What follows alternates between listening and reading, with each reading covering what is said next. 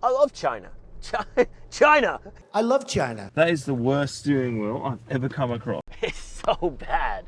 I low-key love this U. G'day guys, welcome back to another Rosh Reviews, and behind us we have got GWM's all-new Cannon XSR. And we're out here in beautiful Lancelin in WA, we're in the dunes, and we're gonna put this Chinese four-wheel drive to the test, because is it fun? Does it actually work well? And should you buy one? We're gonna answer those questions. We're gonna launch it, and yeah, I'm about to jump in and have a bit of fun in the sand. What do you say, guys?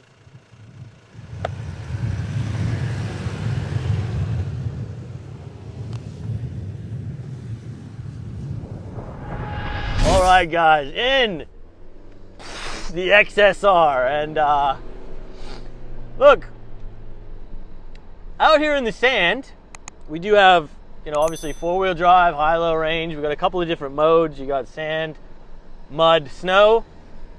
We're in the sand mode, obviously, and look, it does a pretty good job. There's a few things to take out of that, though, in that the suspension is absolutely horrible. It is bumpy, it's jerky, it's hard. It just sort of throws you around, and we're on sand right now, and it's pretty violent here, just going over our own ruts, essentially. You know, look, we got traction.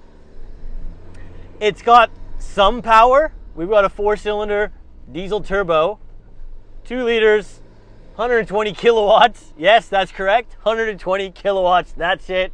400 newton meters. Look, it moves us. We can, you know, we can get around here, but we would like more, without a doubt. You want more. But, you know, the departure angles seem to be pretty good. It's got steel bumpers up the front, at the rear as well.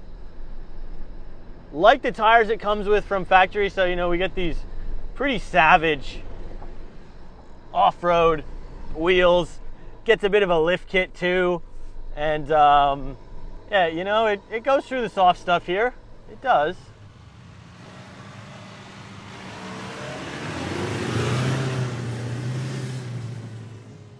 Now, some of the good points about off-roading in this XSR, look, I like the 360 camera. Now, when you're going slower, mind you, it only works when you go a little bit slower, I think under 20 Ks. You've got a pretty handy 360 camera. Shows you front, back, all around this thing. It's pretty good for when you're just trying to navigate a certain situation. Again, we've got front diff lockers, rear diff lockers. You know, again, the 3 different drive modes that we can put it into. And they seem to do all right. You know, we're not going crazy out here today, but, you know, just to be able to come out here for a bit of fun. We haven't done any other things to this. It's still running the standard pressure in the tires, like everything. And it seems to be tackling it with no issues. We've got the crawl modes as well, so, you know, it'll automatically descent you down if you're going something really gnarly, which is nice to have again. I mean, I guess the only other thing really to mention here is it's got an 8-speed automatic, and when it's in drive and you're in the sand off-roading, forget about it. It's sluggish, it doesn't know what it's doing, it's pretty horrible.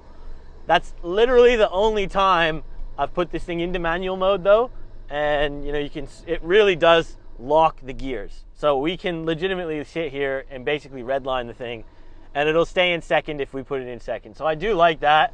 Off-roading, you kind of do need to be locked out on certain gears, at least in the sand here. And yeah, it's just the ride. It's so bad. Now, we can't bag this ute out too harshly, because at the end of the day, it comes in at 52 grand on the road. So 50 grand, you're in this thing, and it does come with some pretty good features straight out the bag. You know, the accessories that are on here as standard, I do quite like them. You got that sports bar on the rear, just handy for when you're strapping down a load. You've got some proper metal steps on the side. Again, just the front and rear bumpers that are actually proper metal. You've got a foot holder in the rear one to just get in and out a little bit easier. You also have a step that'll come out of the tailgate, which is nice. You know, we've got a sunroof in this. You do get some premium you know, bits on the interior, but at the end of the day, they're just cheaply done. Like, I would have rather them fix the suspension and just give me a basic cloth, no digital cluster, anything. Like, I would have been happier with that. You know, 2024, it's like they got to tick the boxes, unfortunately. As we get off the sand here, guys, we have to go over a pretty rocky bit here, and you know, look, from the outside it looks like we're kind of gliding over this stuff, but you'll soon see from the inside it's anything but. Oh, thank God that's over.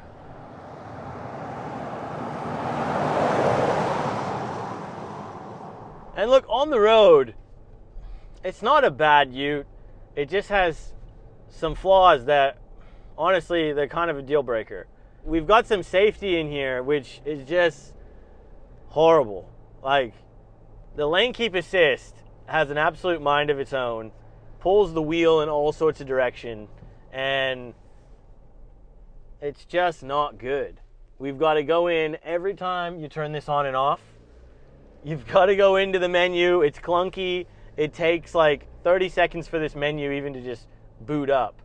And again, it's just a feature that is so annoying. Little things like that just they make you not want to get in this thing and drive it. All right, so we're going 50 kilometers per hour. I'm just going to put my foot flat to the ground. Flat, it's flat. Big delay. Now we're accelerating. And now we're up to speed, 90 kilometers per hour. I mean, it does get there. It is just really slow at it. And again, the gearbox, like I was saying, off-roading, you got to lock the gears out because it just has this odd delay of it's sort of trying to figure out what gear to put you in when you put your foot down every time. Yeah, it shifts pretty smoothly when it does go, but yeah, it just fumbles a bit.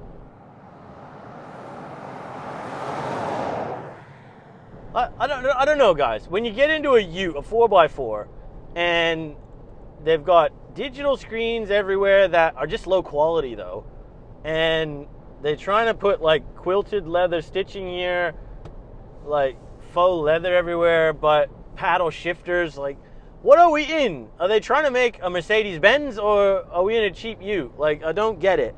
It just doesn't seem to equate. The outside looks great, I think. I think the outside, I don't really have a huge amount of complaints.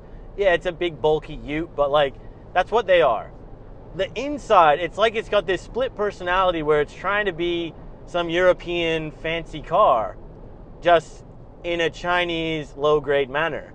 And I just don't see the equation here, because if they had just kept this like a Japanese four-wheel drive, like bare bones, like just give us a basic infotainment system, analog gauges, couple of buttons for climate, some cloth seats, like that's all we really care about. Is it comfortable? This thing is not comfortable because it has such harsh suspension. Like it's not. And they've spent all this money on this other crap in here to appease maybe like the city folk.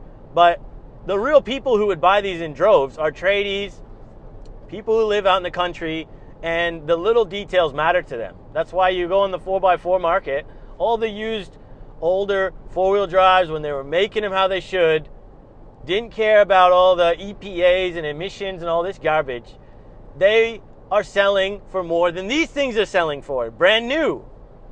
Used. That's because they just don't make them like they did anymore. And this is a prime example of that. I mean, this has got it's got the structure to be a good ute. If GWM can go back to the drawing board, get this thing some good suspension, forget about all this crappy fancy stuff on the inside, and just give us a little bit more power, this would be a fantastic ute for 50 grand. Hey, let's hope next year they do that. But I'm not convinced, unfortunately. Now, 0 to 100, guys, powered by C-Tech. We are going to attempt it. I believe this Cannon XSR is claimed at 12.7 seconds. God, that's slow. But nevertheless, we're going to pull over. We got the draggy running. Let's see what this thing's gonna do.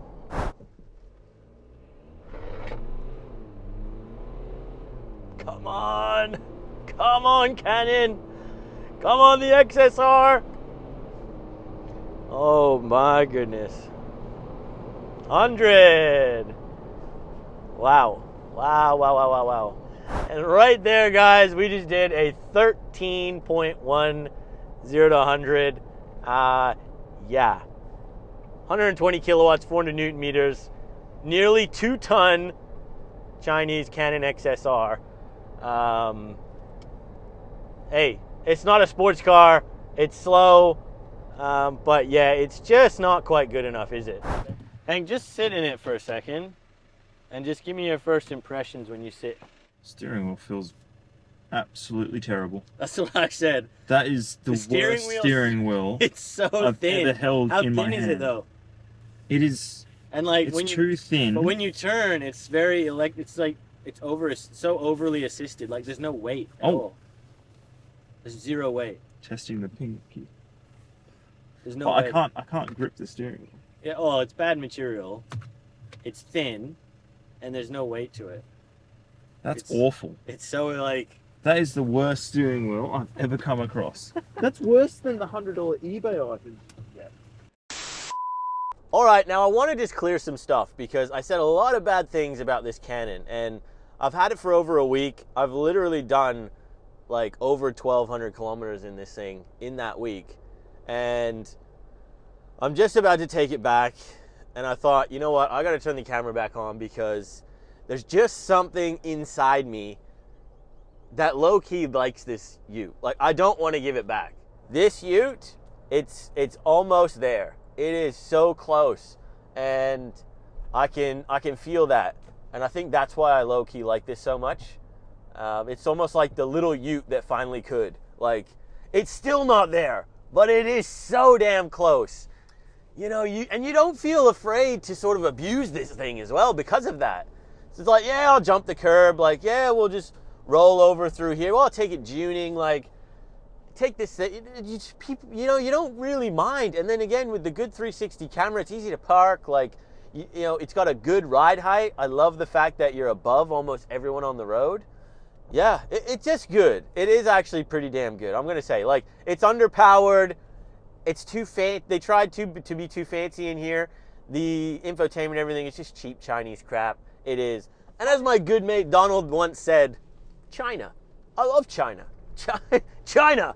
I love China. China all the time. China. When was the last time you heard China? You know what I mean? I've been to China a couple of times, guys. I've been to Guangzhou. Look, I low-key love this ute. Like, I do. I hate so many things about it. It's like that song, you know, I hate everything, but, you know, why do I love you? Like, I love you, but I hate everything about you. You know what I mean? Like, this is my feeling with the XSR. And again, guys, it's time for the WiperTech wiper test. So, look, again, I'm going to pull back on the stalk, and we got to go on the right side this time. So, you pull it back. You get a pretty good spray from the jets, but yeah, the wipers, they're pretty average, I'm not gonna lie. You know, a lot of the bugs that get hit on the window, like they just can't seem to get off. Yeah, bit streaky. Again, guys, do yourself a favor, get yourself some WiperTech wiper blades. Use my code ROSS15 off. Link is down below. They're just the best wipers. Now I'm gonna finish the video off here today. Look, I know there was a lot of rambling. There was a lot of sort of positives and negatives, a lot of negatives actually, but look, at the end of the day, I would low-key consider this thing. I actually would consider it, and I did not expect myself to say that. There's a lot of things I dislike again, but when it comes down to the core of this ute, I actually low-key like it, and I really am rooting for them to bring out in their next generation a banger. And I think they absolutely could.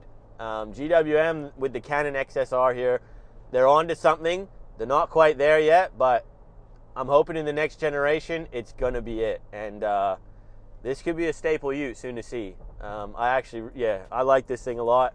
A lot of negatives, but I still low-key love it. So guys, what do you think? I want to hear your honest opinions down below. Would you consider ever buying a Chinese ute? Do you think these things are actually capable off-road, or was I just being, you know, too easy on it? I want to hear your comments. Hopefully we'll get to see a few more of these utes in the future. If you like this content, hit the like button. Consider subscribing if you're new here. We'll see you on the next one.